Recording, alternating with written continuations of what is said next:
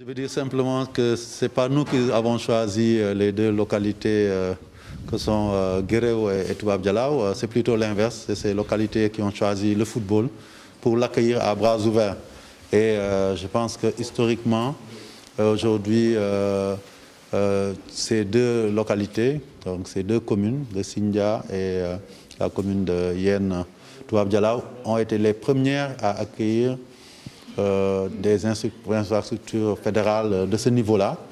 Et donc c'est pour nous une démarche logique, parce que nous nous considérons comme partie intégrante de ces communautés qui nous ont accueillis pour accueillir nos deux centres de référence donc, sur le plan technique du football sénégalais.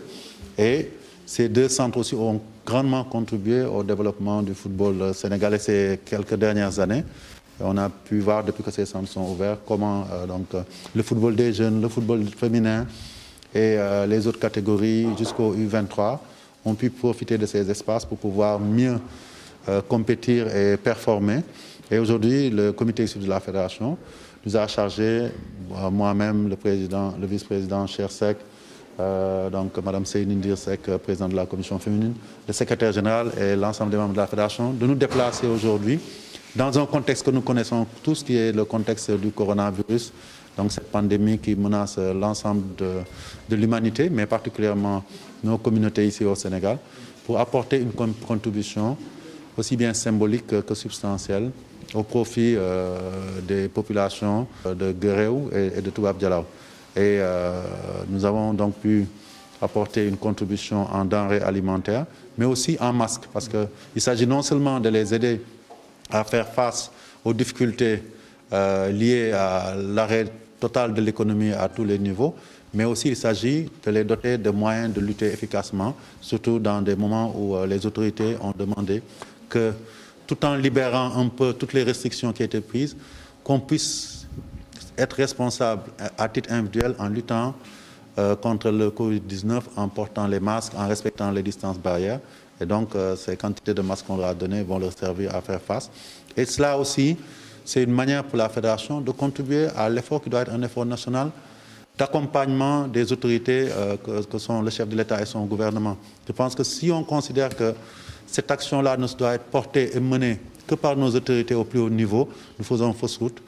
C'est aussi un moyen de dire à tous les Sénégalais, où qu'ils soient, d'où qu'ils viennent, ils doivent retourner à la base pour accompagner. Et en tout cas, le football, avec ces moyens qui ne sont pas forcément énormes, à penser à venir accompagner ces populations qui, au jour le jour, depuis des années, nous accompagnent et qui nous aident à mener à bien notre travail. Et donc, c'est pour ça que nous avons tenu à donc, remettre ces dons, non seulement en guise d'appui, mais aussi en guise de reconnaissance pour ce que ces communautés font pour le football. Et j'en profite aussi pour rendre hommage et remercier les deux maires, que sont le maire Gorgui Ciss de Yen Toubab Dialaw, mais aussi le maire Thierno Diagne de Sindia. À chaque fois que nous avons eu des besoins, des sollicitations, ils ont été aux côtés de nous parce que leurs populations ont compris que faire pour le football, c'est faire pour la nation. Donc c'est un peu ça, globalement, l'esprit de cette démarche d'aujourd'hui. Un geste, certes symbolique, mais qui permet, je pense, d'aider les populations à faire face à cette pandémie, dont nous espérons que dans quelques temps, elle aura disparu de nos différentes localités pour permettre justement au football de vivre et à ces centres de continuer leur mission de contribuer à la performance de notre fédération. L'enveloppe globale donc, est de 4 500 000 francs. Nous avions décidé de déplacer la capitale du football national vers cette zone qui est située entre Guéréo et Toubab Dialaw. Aujourd'hui, nous avons deux centres de référence, des espaces à réaliser. Tout à l'heure, à Toubab Dialaw, nous avons dit qu'il y aurait l'hôtel donc fédéral, donc le centre d'hébergement pour l'équipe A. Mais ici aussi, on a des projets. Nous avons un terrain en gazon naturel. Nous, avec le programme de la FIFA, nous allons doter cet espace-là d'un terrain ou plusieurs terrains en gazon synthétique.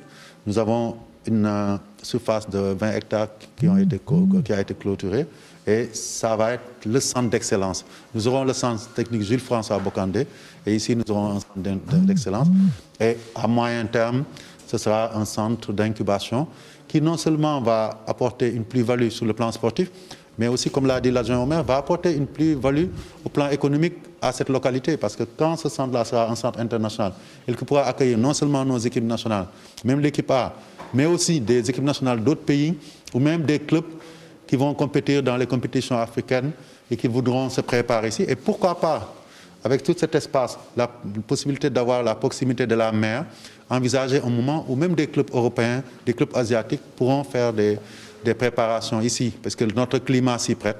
Donc tout ça va apporter une plus-value économique et touristique à cette localité, qui est déjà connue de par le monde. Aujourd'hui, chaque fois qu'on parle du centre d'excellence Youssou Ndiaye de Guéréo, tout le monde le connaît. Quand on parle du centre Jules-François Bocandé de Toubab Dialaw aussi, tout le monde le connaît dans le monde entier. Et donc, nous avons plein de projets que nous allons mettre en œuvre pour que ces villes puissent sortir de terre et soient vraiment ce qu'ils doivent être, parce que le football y aura apporté sa marque.